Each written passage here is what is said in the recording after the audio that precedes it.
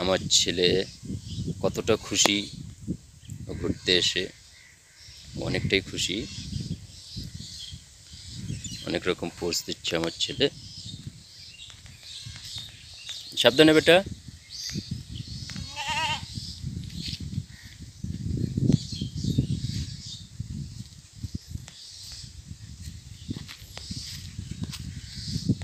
এটা ফুললি একটি গ্রাম্য পরিবেশ। আপনারা দেখছেন, এই যে জলটা দেখতে পাচ্ছেন, এটাই হলো করলা। লজ্জাবতী গাছ বলে বাবা। এ দেখো, এই যে লজ্জা কীরকম পায়, এরকম টাচ করলেই পাতাগুলো বন্ধ হয়ে যায়, সব বন্ধ হয়ে গেল। কীরকম লজ্জা পায় দেখছো? এটাকে বলে লজ্জাবতী গাছ। এই যে দেখুন, এটা হলো করলা নদী। আর ও পাটটাতে, ওটা একটা বাঁধ, বাঁধের ওপারটাতেই হলো তিস্তা।